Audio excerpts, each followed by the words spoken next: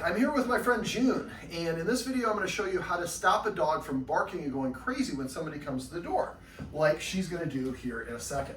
Now, most of us tell our dogs to not bark when people come to the door, and that's actually giving them attention.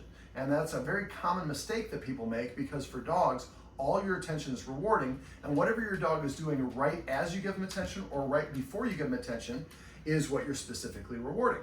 So we accidentally condition our dog, Junie. I'm gonna try to distract her so she's not seeing the door, as our friend is gonna be walking up and knocking on the door here in a sec. June, yeah, come here, sweetie. So I think he's getting close, and we'll see here in a sec. So basically what we want to, is this pretty normal? This is about as much as there is? Sometimes more, sometimes less. Sometimes a little bit more, sometimes a little bit less. Who is it, June? Okay, so if you have a dog that does this when people come to the door, I'm going to show you how to fix that right now.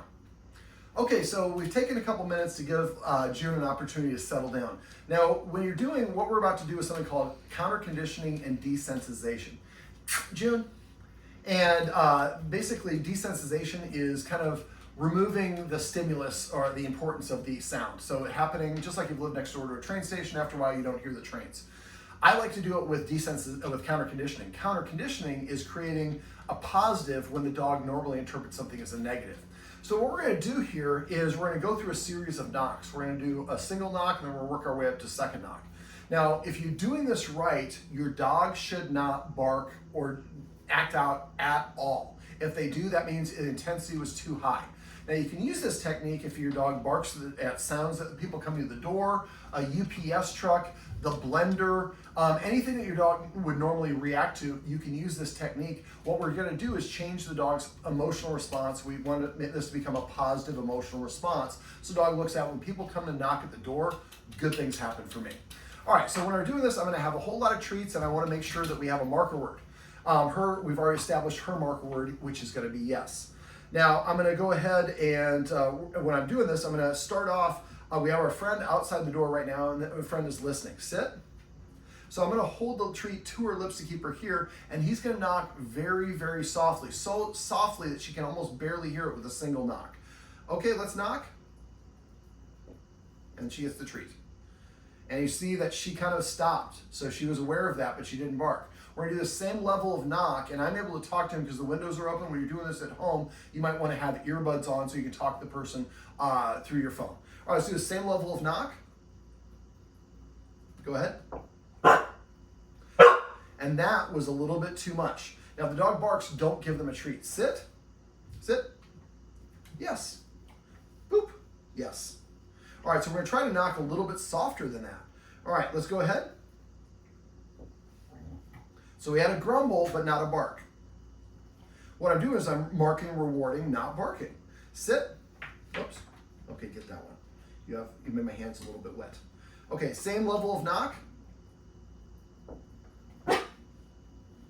Yes, you're very sensitive to that. Let's try to knock a little bit softer, even if you can. Just try to use one fingernail. All right, go ahead. That was so quiet, we didn't even hear it. Let's go ahead and do a little bit louder than that. That was good. All right, same level again.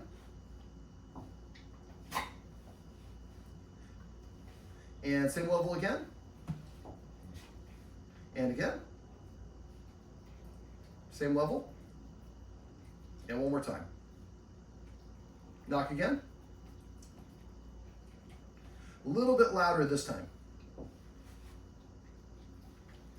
And same level.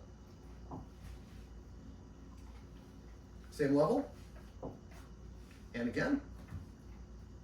And one more time, same level. Sit. Okay, let's do a tiny bit louder. Now I get more treats out. I want to have the treats here. I don't want to have any time to delay. All right, go ahead and knock the same level. A little bit louder. That worked out accidentally. Hold on one sec, she's looking for a treat. Again. And a little bit louder. Same level. You're getting a lot of treats for this. A little bit louder. And a little bit louder. Let's go a little bit quieter than that. That was good, but we got a little greedy there. A little bit quieter. There you go. And again. One more time. All right, now I'm gonna, instead of holding it to her lips, I'm gonna hold it here. Go ahead again. A little bit louder.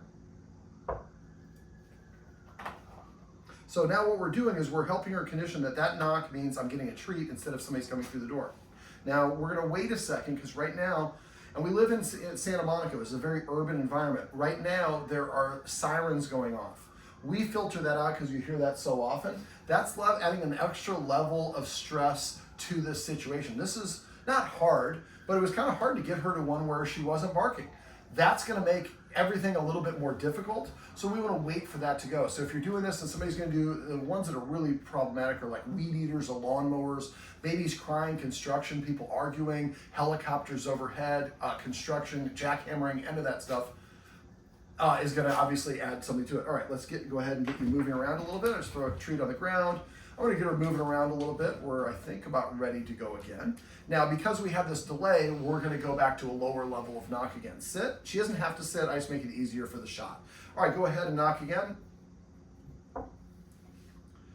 And again. And now I want to get to the point where go ahead and do it again. So I don't want to have to hold it at her lips the whole time. And again. That's wonderful. Laying down is an indication of relaxation and comfort. She's more interested in treats. All right, now let's knock a little bit louder this time. And again. And a little bit louder. And a little bit louder still. And even more loud. That's not good diction. Louder. And louder. Okay.